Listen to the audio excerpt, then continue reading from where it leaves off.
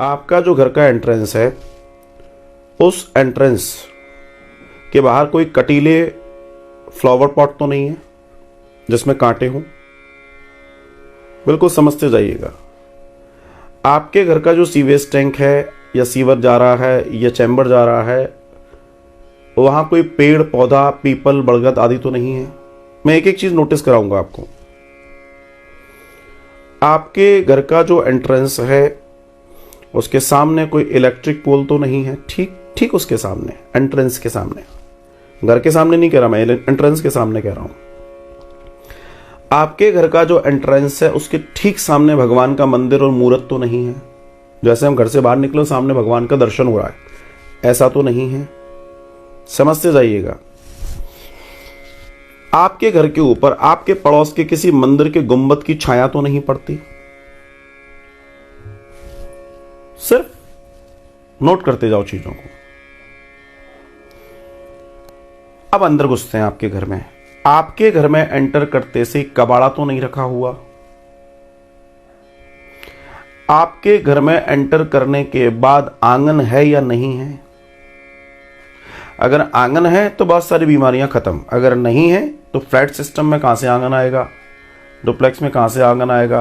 Possible नहीं है। अब तो पुराने घर खत्म हो रहे हैं।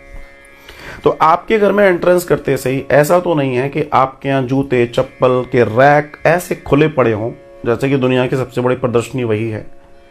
यूज होने वाली झाड़ू कहीं वहां लेटी तो नहीं पड़ी हुई, क्योंकि यूज होने वाली झाड़ू को उत्तर और पश्चिम की दिशा में जिस तरफ से हम पकड़ते हैं झाड़ू को, वो सिरा ऊपर होना चाहिए और जो लगाने का सिरा है वो नीचे होना चाहिए, ऐसे खड़ी करनी चाहिए।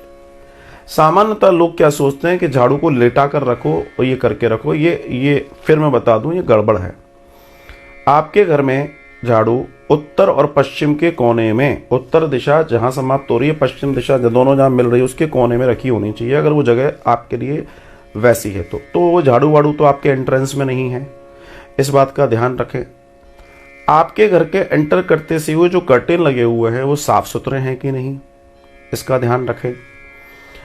आपके घर के अंदर एंट्रेंस करते में जाले, मकड़ी के जाले, धूल धक्कड़ का आदि का दर्शन तो नहीं है, इसका ध्यान रखें। अब हम धीरे से एंटर कर रहे हैं आपके ड्राइंग में, राइट?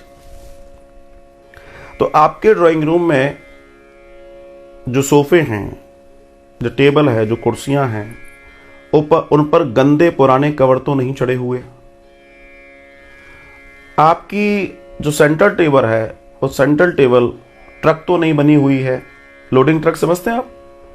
कई लोगों के यहाँ जो सेंटर टेबल होती है वो इतने कबाड़े से भरी होती है, दुनिया भर की रद्दी उसमें होती है, दुनिया भर की गंदगी उसमें होती है, और इस डिजाइन तो आप ऐसे ऐसे ले आते हो, दिखने में बहुत खूबसूरत है, साफ आप कर नहीं पाते हो।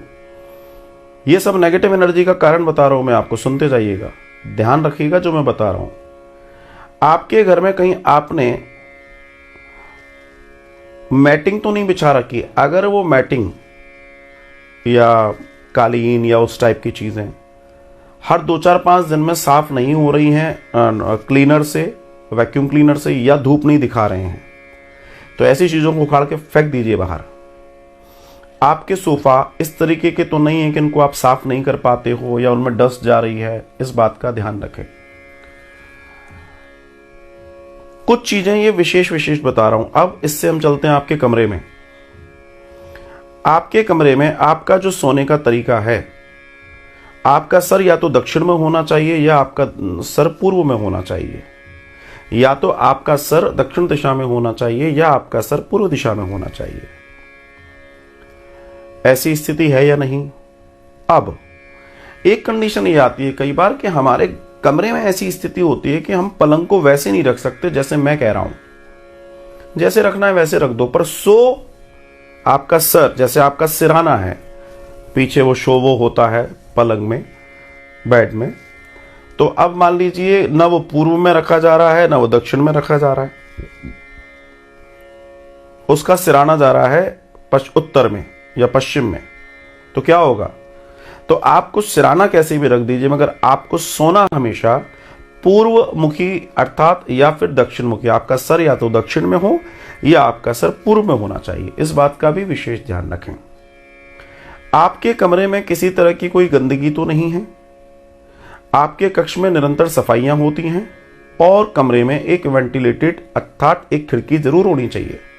अगर आपके मकान में, और ध्यान रख लीजिए ओवरऑल एक बात कर रहा हूं, अगर आपके मकान के अंदर क्रॉस वेंटिलेशन है, नेगेटिव ऊर्जा को ठहरने की जगह नहीं मिलती। जिन घरों में क्रॉस वेंटिलेशन नहीं है और जिन घरों में ठंडी हवा के झोंके चल रहे हैं, समझ रहे हैं, ठंडी हवा के झोंके जो एयर कंडीशन होते हैं, तो आपने अपनी खिड़कियां वड़कियां सब बंद कर रखी हैं, तो जो पॉजिटिव वेव्स हैं वो तो आनी नहीं है। तो आपके कमरे में कपड़े अस्त व्यस्त तो नहीं पड़े रहते। ध्यान दीजिएगा, मैं एक एक बात जो कह रहा हूं आपको हल्के में मत ले लेना, क्योंकि मैं पूरा पुराण के आधार पे बात कर रहा हूं। दूसरा, आप कई लोग क्या करते हैं, कपड़े लाए बेड पे पटकते गए, फिर रात को सो रहे हैं थोड़ा सरका दिया, फिर ये कर दिया वो कर दिया। मेरी बात को आप समझ रहे होंगे। अगर इस तरीके से हो रहा है, आपके यहां अगर रद्दी बहुत दिन तक रखी जा रही है, रद्दी समझ रहे हैं ना, कबाड़, ऐसे में प्रेत और पितरों का वास हो जाता है।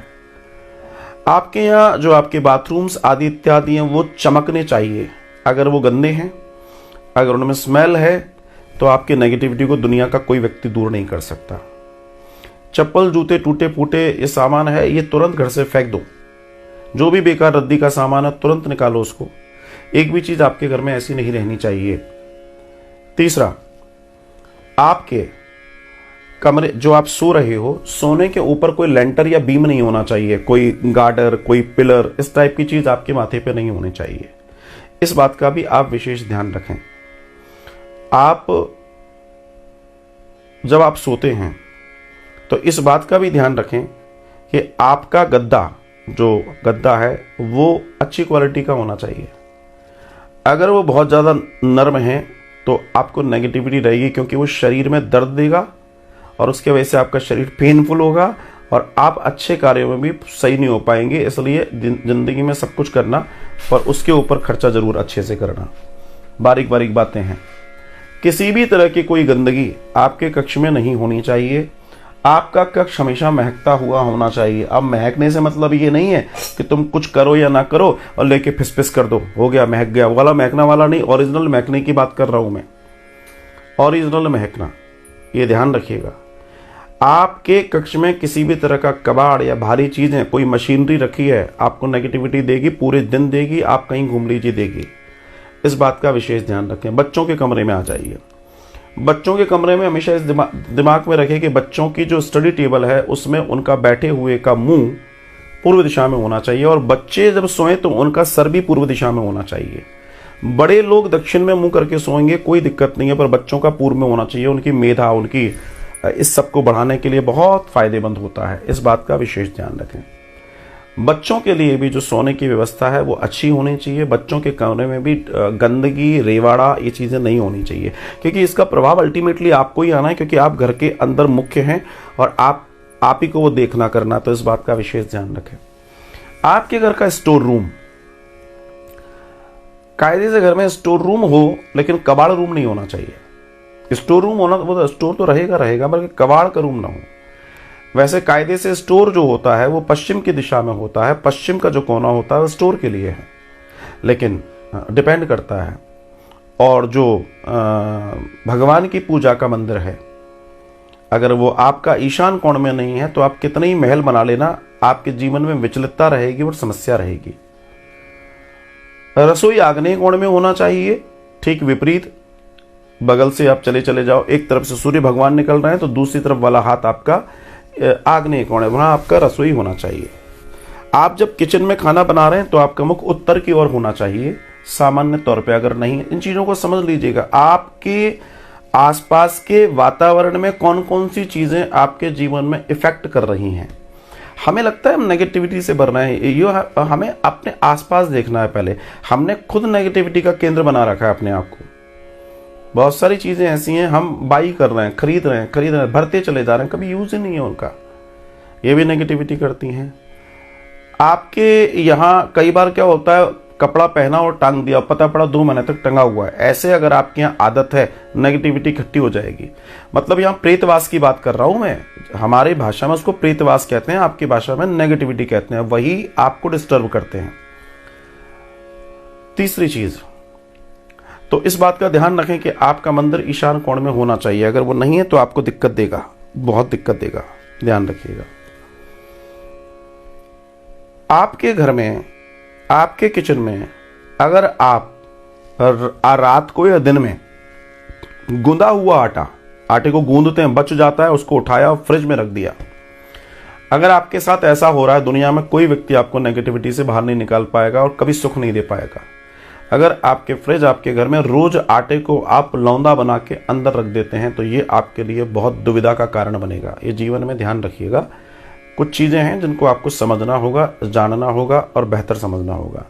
दरवाजों में किसी भी तरह की आवाज नहीं होनी चाहिए, जैसे बंद करते हैं, खोलते हैं, ची ची करते हैं, पी पी करते हैं, वो सब नहीं होना चाहिए। उनमें ऑयल डालते रखें। कोई भी आपके यहाँ जो टेप है, जो नल है बाथरूम के आदि इत्यादि, किसी भी तरह की लीकेज नहीं होनी चाहिए। अगर वो है तो भी आप नेगेटिविटी से नहीं बच सकते। ये बहुत माइक्रो बात करती हैं, इतना काम कर रही हैं ये चीजें कि इतने वैक्यूम बना देती हैं कि आप समझ नहीं पाते। अब आप कहोगे नहीं नहीं, हमारे तो यही चिड़चिड़े रहते हैं, हमारे तो बच्चे ही चिड़चिड़े रहते हैं। वो कभी कभी मुझे ऐसा होता है, मैं वही कह रहा हूँ, ये कभी कभी ये और वो और बच्चे, ये सब इसी का कारण है। आप करके देख लीजिए ना, ऐसा आपको समझ में आ जाएगा। चलो मैं तुम्हें एक होमवर्क देता हूं। अगर तुम्हें लगता है नहीं सारी स्थितियों में कुछ स्थितियां हमसे जुड़ी हुई हैं, लेकिन अब कैसे करें, क्या करें, क्या वास्तव में ठीक होगा या नहीं होगा और कैसे करें, तो मैं तुम्हें एक बहुत अच्छा सा आइडिया देता हूं। तुम एक काम करो, कभी किसी मतलब एटलीस्ट 3 स्टार होटल है, उसमें चले जाना। 3 स्टार होना चाहिए और रूम ऐसा चूज करना जिसमें क्रॉस वेंटिलेशन हो। रूम ऐसा चूज करना। मैं तुम्हें क्यों कह रहा हूं यहां जाने के लिए, क्योंकि यहां तुम्हें सफाई नहीं करनी, तुम्हें सफाई करी मिलेगी।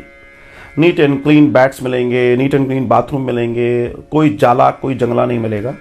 और तुम वहां 1-2 दिन रहना, फिर मुझे बताना तुम्हें कैसा लगा। जो तुम्हारा घर तुम्हें काटने को दौड़ता है, अब नेगेटिव ऊर्जा अगर घर में है तो वो कैसे पता करें। नेगेटिव ऊर्जा जब भी घर में होगी, आपको गर्माहट महसूस होगी घर में, आपका मन नहीं लगेगा, आप उजड़े रहोगे, आप अवाक से रहोगे।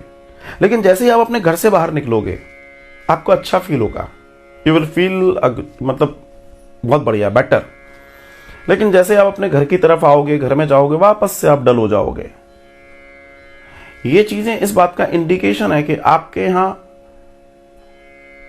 नेगेटिव एनर्जी या फिर पित्त और प्रेत बाधा है। क्योंकि ये जो प्रेत होते हैं, जो वायुमंडल में चल रहे हैं, वो वो गंदी चीजों की तलाश में रहते हैं और जहां गंदगी मिलती है वहां अपना घर बना लेते हैं, जिसको सामान्य भाषा में आप नेगेटिव एनर्जी कहते हैं। तो मेरा आपसे विनम्र निवेदन, अगर आप इन कार्यों मेरे पॉइंट्स को सुन लिए हों तो आप इन पॉइंट्स पर थोड़ा सा काम करिए। काम करने के 15, 20, 25 दिन बाद मुझे बताइएगा आपकी नेगेटिविटी कितनी है। एंड इफ यू से कि नहीं, हमारे जीवन के अंदर ये सारी चीजें जो बात बताई हैं ये कुछ भी नहीं है, हम बिल्कुल ठीक है, हमारा सब 100% ठीक है, फिर भी नेगेटिविटी है, तो फिर मैं आपकी एस्ट्रोलॉजिकल ट्रीटमेंट में जाना चाहूँगा, आपकी पत्रिका के ट्रीटमेंट में जाना चाहूँगा, जो आपके लिए फिर कारगर हो सकती है। तो मेरा जो कहने का तात्पर्य है, थोड़ा सा इस पर आप ध्यान दीजिए। उम्मीद है कि आपकी 99.99% प्रॉब्लम सॉल्व हो जाएगी।